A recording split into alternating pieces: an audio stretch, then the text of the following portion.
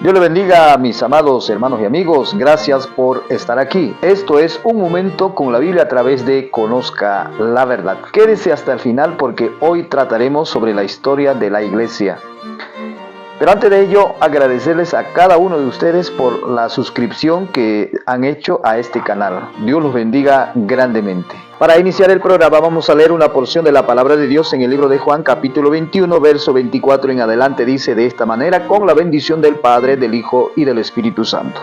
Este es el discípulo que da testimonio de estas cosas y escribió estas cosas, y sabemos que su testimonio es verdadero.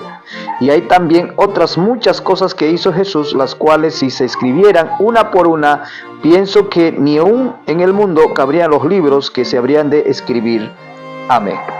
Por eso que cuando hablamos de Jesús no podríamos terminar, solo que tenemos que hacer en un resumen general. Vamos a resumirlo rápidamente. Del año 4 al año 6, Jesús en esos años nace según el calendario gregoriano o según el calendario cesariano de los Césares. Pero según el calendario hebreo, Jesús habría nacido entre el año 3760 o entre el año 3761. En esos años. Según el calendario cesariano o gregoriano, Jesús nace en el año 4 y 6 después de Cristo. Resumiendo sobre el nacimiento de Jesús, encontramos: Jesús nace en Belén de Judea, luego recibe adoración de los pastores, más tarde en casa recibe la adoración de los sabios que también vinieron a adorarle a Jesús. Luego tenemos la huida de Jesús con su padre, María y José, a Egipto. Y después de esta huida a Egipto regresan a Nazaret Jesús con su madre, y a los 12 años aparece en la historia del pueblo hebreo en el templo discutiendo con los rabinos judíos en cuestiones teológicas de la Torá. Y después la Biblia no cuenta más de su vida diaria de Jesús de los 12 años hasta los 30, ya que a los 30 aparece nuevamente Jesús al mundo para empezar su ministerio. Pero antes de ello, Jesús tenía que bautizarse para cumplir toda justicia de Dios. Luego encontramos la tentación de Jesús después que Jesús se bautiza y el testimonio que recibe del Padre y del Espíritu Santo. Amén. En el bautismo, Él es lleno del Espíritu Santo y va al desierto para ayunar 40 días y 40 noches en el desierto.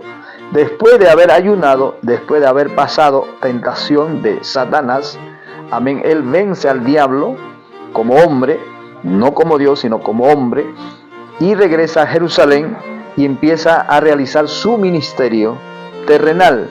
Entonces Jesús iniciaría su ministerio a los 30 años aproximadamente, realizando grandes milagros, y también empieza a llamar a los primeros apóstoles, que veremos más adelante, amén, donde Jesús elige a los 12 apóstoles.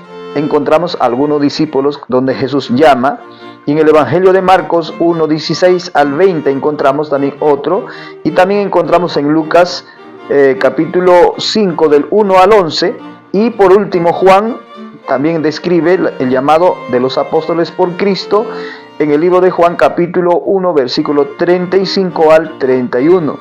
Detallamos los nombres de estos apóstoles, que eran 12. Uno sería Pedro, llamado Simón. 2 sería Santiago, hijo de Zebedeo. 3 Juan, hermano de Santiago. 4 Andrés, hermano de Pedro. Luego tenemos como 5 Felipe. Y 6 sería Bartolomé, también conocido como Natanael. Luego tenemos el número 7, que es Mateo, un publicano, también conocido como Leví. Luego tenemos el 8, Tomás, también conocido como Dídimo. El 9 sería Santiago, hijo de Alfeo. El 10 sería Simón el Celote. Y el 11 sería Judas Tadeo, también conocido como Lebeo, hijo de Santiago.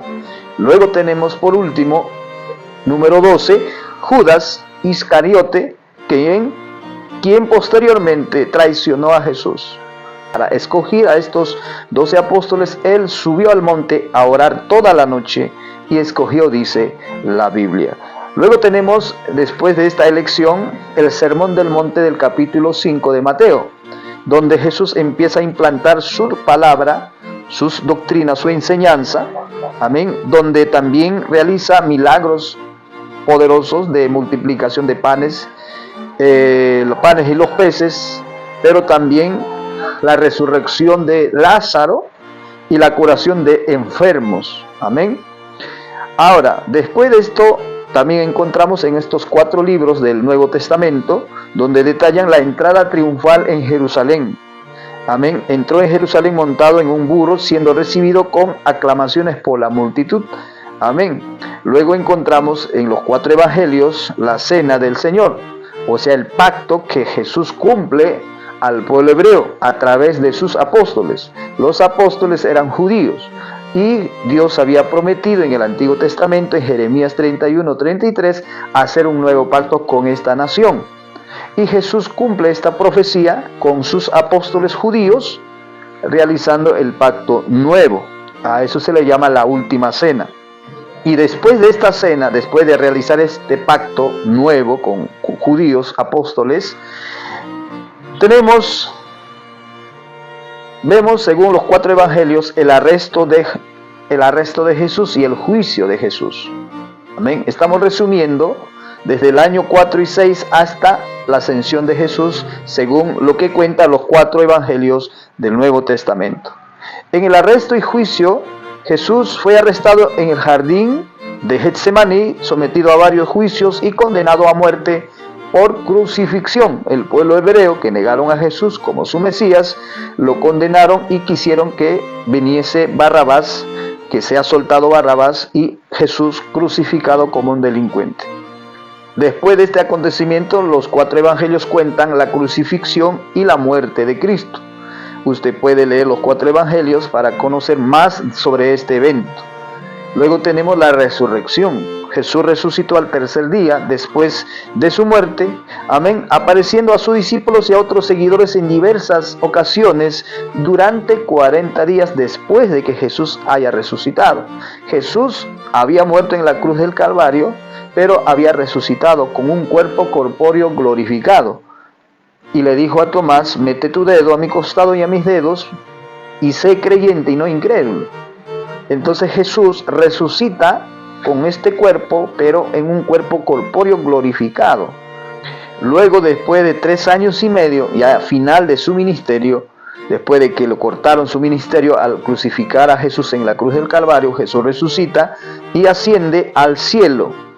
Amén, desde el monte de los Olivos, prometiendo el envío del Espíritu Santo, que también ya había hablado en Juan 14:16, que al subir al cielo el Hijo hablaría con el Padre y el Padre enviaría otro Consolador para que esté con los apóstoles para siempre, como el vicario, como el representante de Cristo en la tierra, no los apóstoles, no como por ahí otras organizaciones dicen que el Papa es el vicario de Cristo. Esa es una herejía desviada de la ortodoxia bíblica. Y de esta manera hemos resumido la vida de Jesús desde su nacimiento del año 4 y del año 6, entre esos años, hasta el año 33, donde Jesús asciende al cielo en forma visible, delante de los apóstoles. Ahora, desde la ascensión hasta el año 100, también, si Dios permite, vamos a detallar en forma resumida sobre los eventos importantes que sucedieron en el tiempo de los apóstoles. Amén. Los eventos claves del cristianismo desde el ascenso hasta el año 100 son los siguientes. Primeramente, el ascenso de Jesús del Monte de los Olivos entre el año 30 y 33. Jesús asciende al cielo. Luego tenemos del año 33, después de 40 días, del año 30 o 33, pasaron 40 días, los apóstoles regresaron, amén, al aposento alto, y ahí llegaron, y ahí esperaban la promesa que Jesús le había dicho acerca del Espíritu Santo. Y en esa espera pues se encuentran con la fiesta de Pentecostés, que es una fiesta judía de la primera cosecha de sus sembríos como agricultores, y por tanto agradecían a Dios por esos bendiciones que recibían en su primera cosecha, ya que en los sembríos tenía su primera cosecha, su segunda cosecha y así sucesivamente. Entonces los hebreos celebraban con esa fiesta de Pentecostés sus primeras cosechas como agradecimiento a Dios. Y eso fue una fiesta grande que atraía al mundo entero a esa fiesta, sea judíos, sea prosélitos, y venían a adorar a Jerusalén de diferentes puntos del mundo, donde judíos dispersados y gentiles convertidos al judaísmo venían a adorar en ese tiempo a Jerusalén. En este año 30 o 33 después de Cristo, Jesús cumple su promesa, los apóstoles reciben el bautismo en el Espíritu Santo y el primer milagro de los dones del Espíritu Santo fluye realizando lenguajes articulados dados por el Espíritu Santo. De tal manera que en ese evento habían muchos judíos y prosélitos que hablaban idiomas distintas, pero el Espíritu Santo le da ese lenguaje articulado para que ellos entendieran el Evangelio y el mensaje de Cristo. Después de esto, los apóstoles fueron poderosos mensajeros. El año 33 hasta el año 60, los apóstoles, especialmente Pedro y Pablo, comienzan a predicar y a convertir a los judíos. Pablo emprende varios viajes misioneros en el Mediterráneo. Después de esta evangelización, ya llegando casi al mundo, en el año 50 hay un problema grave dentro de la comunidad pequeña judía, cristiano, entre gentiles y judíos convertidos al cristianismo. Tuvieron un problema entre el año 50 después de Cristo, donde realizan el concilio de Jerusalén para solucionar este problema, de tal manera que los apóstoles judíos, cristianos, declaran claramente que los gentiles convertidos no deben guardar el Antiguo Testamento, ni mucho menos pasarse la circuncisión o guardar el sábado. Simplemente les dice que los gentiles convertidos al cristianismo deben abstenerse de comer sangre y animales muertos, o sea, animales ahogados muertos. No deberían comer, nada más los prohíbe, y soluciona el problema de esta secta que se había metido dentro del grupo cristiano evangélico de los apóstoles de la primera dispensación. Amén, gloria al nombre del Señor. Del año 50 al año 60 empiezan a escribirse algunos libros del Nuevo Testamento. Tenemos los 4 evangelios y Pablo también escribe ahí cartas diversas a diversas comunidades cristianas, no a la Iglesia Católica Romana, porque en ese tiempo no existía todavía, existía el Imperio Romano, que es totalmente distinto. Entonces Pablo escribe varias cartas y algunos apóstoles también.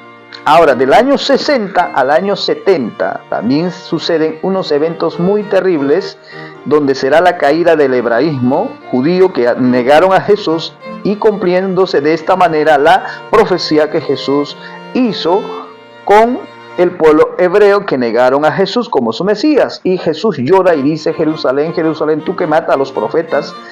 Amén. ¿Cuántas veces quise juntar como gallina junta sus polluelos y tú no quisiste? Perdiste la oportunidad. Y lloró Jesús. Entonces ahí profetiza Jesús y dice: mira, no van a pasar muchos años donde Israel será destruido. No quedará sobre piedra. Amén. Será destruido el templo, o sea, totalmente. Y esta profecía se cumple en el año 70. No solamente ese viene, sino también el cristianismo, amén, que está creciendo grandemente y poderosamente, también va a sufrir ciertas persecuciones imperiales romanas por los emperadores romanos, como Nerón. Según la historia, Nerón, un emperador romano, quema Roma y acusa a los cristianos de que los cristianos quemaron a Roma. Y este hombre empezó a perseguir a los cristianos. Tenemos una nota donde hizo terribles atrocidades este emperador contra el cristianismo. El emperador romano Nerón llevó una de las persecuciones más infames contra los cristianos en Roma, tras el gran incendio de Roma en el año 64 después de Cristo, que devastó gran parte de la ciudad. Nerón culpó a los cristianos para desviar la sospecha de sí mismo para calmar el descontento popular. Mencionaré algunas ejecuciones que realizaron este emperador. Ejecuciones públicas, donde Nerón ordenó que los cristianos fueran ejecutados de manera pública y brutal. Algunos fueron crucificados, otros quemados vivos, y otros aún fueron utilizados como antorchas humanas para iluminar los jardines de Nerón por la noche. Imagínense. Luego tenemos las torturas que hizo este emperador a los cristianos. Los cristianos fueron sometidos a torturas severas, como el desmembramiento y la flagelación antes de ser ejecutados. Era terrible. Luego tenemos los espectáculos de gladiadores. En algunos casos, los cristianos fueron arrojados a las bestias salvajes en los anfiteatros romanos, donde fueron atacados por animales feroces como parte de espectáculos públicos para distraer al imperio romano. Y de esta manera estamos viendo cómo Nerón, por otro lado, está persiguiendo a los cristianos. Por otro lado, el pueblo hebreo, rebelándose contra el imperio romano, y el emperador Tito viene en el año 70 para destruir el templo de Jerusalén, donde se cumple la profecía de Jesús, que no quedaría piedra sobre piedra. Tenemos una cita del Flavio Josefo, un historiador judío, que escribe en su libro Antigüedades. En este libro, en el libro sexto, capítulo 4, versículo 6, declara Josefo cómo destruyó Tito a Jerusalén, al templo de Jerusalén.